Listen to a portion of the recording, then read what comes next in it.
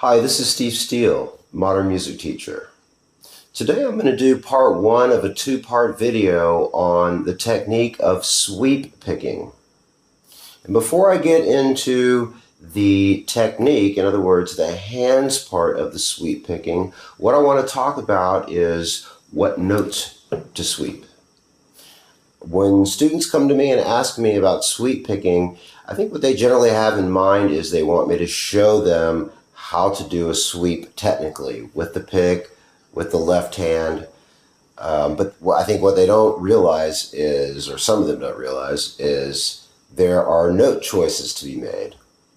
And I think it's necessary to break that down first. Because once you understand that, you can teach yourself how to sweep pick and not chase after a million videos. So let's start with that. First, if you're familiar with the cage system, that helps. But you don't need to know that to understand what I'm about to show you. If you know your 6 open shapes, and I'm going to show them to you now. There's C, A, and I'm going to play an A minor. Okay. G, I'm going to play major. E, and I'll play minor. I'll play E major now. F major, and here's F minor. All right. Then we have the D shape. So here's D major, and here's D minor. I played major and minor chords for a reason, which I'll get to as I play them. Okay, so sweeps are based off of arpeggios. The word arpeggio is Latin for broken chord. Here's a chord. I'm going to play a chord. Alright, now on guitar, when we generally play a chord, if you're using a pick, you're strumming. Strumming, it's unique to the guitar, although it can be done on piano, harp, and other instruments, other polyphonic instruments, as a fast glissando. It's referred to as unmeasured because it's not in time always. It doesn't have to be in time. So notice if I strum slowly, that's a very slow strum. I'll speed it up. I'm not hitting each string at the same time. So the question is that a chord or an arpeggio? It's a strum. A strum is a different articulation. An arpeggio and a chord aren't necessarily an articulation, but when you apply those, they are articulations. So again, I'm going to strum a D major chord. Alright, now I'm going to play it as a chord, and I'm going to need my fingers because I want each note to sound simultaneously. Alright, now I'm going to play D major, just the top 3 strings, as an arpeggio. Notice there was broken or disconnected notes.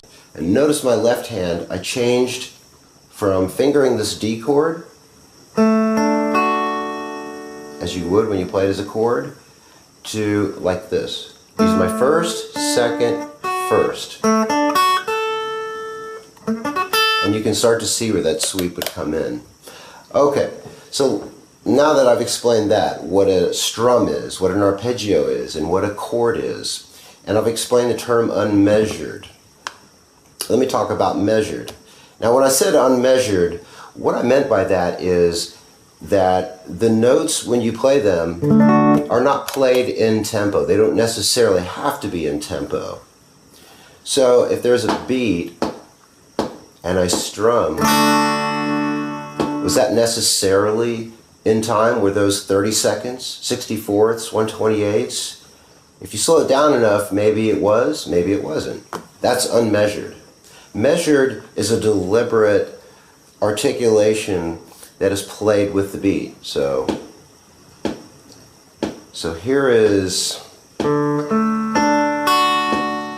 that's 8th notes. I played it as a strum because the notes were connected. So that was a strum. Now what about 16th notes? Right? It was a strum. Now play it as an arpeggio. Alright, the notes are disconnected. I used alternate picking with my right hand. And that is a measured articulation. Alright, so a measured arpeggio. Now, the difference between that and sweep picking is sweep picking just rakes across the strings. And that's going to be explained in video number 2. Now, I want to get to the point that this video covers, and that is what notes to play. Alright, well, basically you're just going to be playing your open chords. So for instance, this D could be made into a sweep. A 3-note, or a 4-note, a 5-note, excuse me. Then this D could be turned into a C shape. First, here is a C chord open. And notice I strummed across. Alright, if I take that up 2 frets, I'm going to play a C shape but a D chord. And I arpeggiated that. So I played it as a chord. Alright, so that would be a possible sweep, which we'll get to later. Alright, let's move on. So far we have done the D shape and the C shape, and those two are connected. Let's go ahead and do the E and the F shape, which are connected also. I'm going to do an E major shape and an F major shape. I'll go ahead and do them on an A major chord. So I'm taking this E major open chord up to the 5th fret and barring it. That's my E shape. And if I get rid of the 2 bass strings, what I have left is the F shape. It's like an F chord moved there to the 5th position. So it's 7th fret, 6, 5, 5. And you can easily see, I'm just going to strum this, but you can easily see how this could be a sweep, right? Let's play that slowly, but alright, so the E. Now how could this be a sweep? Well, without showing you the exact pattern in this first video, let me show you one way of starting this out. So right now I'm holding it as a chord. What I want you to do until the second video comes out is I want you to play this E-shaped chord, but I want you to trace it out with 1 or 2 fingers. And tracing is this. It's where I draw a line of the chord with 1, 2, or 3 fingers. So I'll do 1 finger first. Right? That becomes an arpeggio. And that starts to become a sweep. I'll do it with 2 fingers. Now I'll do it with 3 fingers. So I'm going to use... I used 1st, 3rd, 3rd, 2nd, 1st, 1st. That's going to become a basis for a sweep. There's going to be some other notes we add in here, but that'll be explained in video number 2. Okay. Alright, next let's talk about the A and the G shapes. Okay, which are also connected. So let's take an A major, put it here on the 5th fret, and we have an A shape. And I'm just strumming it.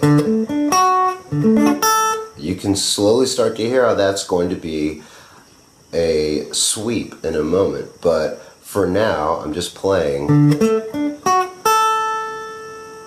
Now here's where the A shape and the G shape come connected. These notes, after this first bass note, the next 3 that are on the 7th fret are in common with the G shape version. You can also finger it like this, and that leaves this note on top as a sweep. So practice playing this, strumming it. Once Once you get comfortable holding that with the left hand, we can start working on the right hand technique. Let me cover some minors real quick. Let's do an A minor shape. This is probably the first sweep that everyone learns. So if you play an A minor chord, take this chord up to the 7th fret and play an E minor chord. Okay. I'm going to remove the 2 bass strings, so I've got 3 notes of the chord left. I'm just playing 9, 8, 7 on the top 3 strings, and I have this. You've probably heard this sweep a lot. It's the first one everyone learns. I'll do it slowly because this is for part 2. Right? That's an E minor sweep. Let me get into detail a little bit about this one, because this is one I'd like you to practice until the next video comes out. So again, 9, 8, 7 with my 3rd, 2nd, and 1st finger. Take your right hand and just first strum the chord, or arpeggio. That's step 1. Step 2, with the left hand, you're going to roll off. And what that does is it mutes the note after it's been struck by the pick.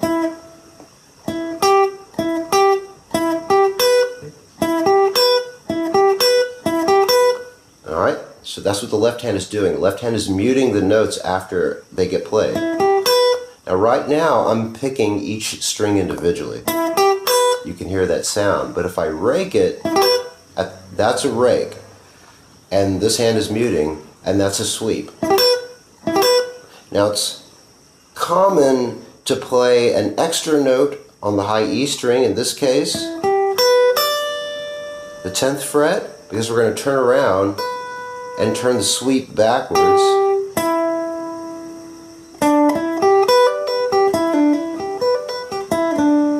Okay, keeping that slow. The frets for that on the G are 7, 9, next string 8, next string 7, 10, back. I would practice that and get comfortable with that. That's good enough for the minor chords at the moment.